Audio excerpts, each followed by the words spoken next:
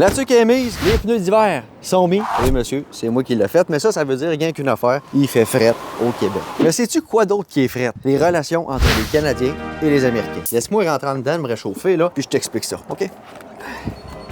Ben, t'es arrivé avant moi. Habituellement, en 2024, les Canadiens, lorsqu'ils sortaient du pays, à 75 % c'était pour aller en voyage aux États-Unis.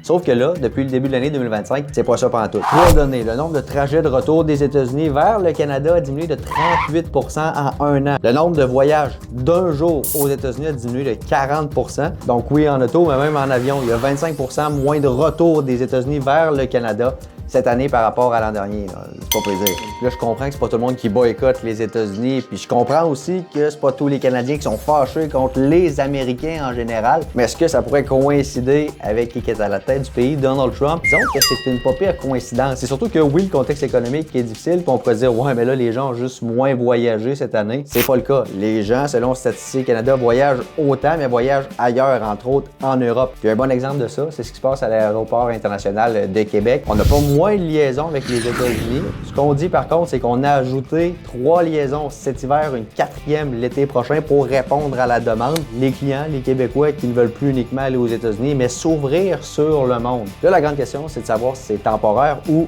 à long terme. Je veux t'entendre, toi, personnellement, qu'est-ce que t'en penses? Est-ce que tu boycottes ou non? Explique-moi ça. Puis en attendant, là, pourquoi on se réchauffe pas un peu avec un beau petit foyer pour espérer se rapprocher de nos anciens amis américains?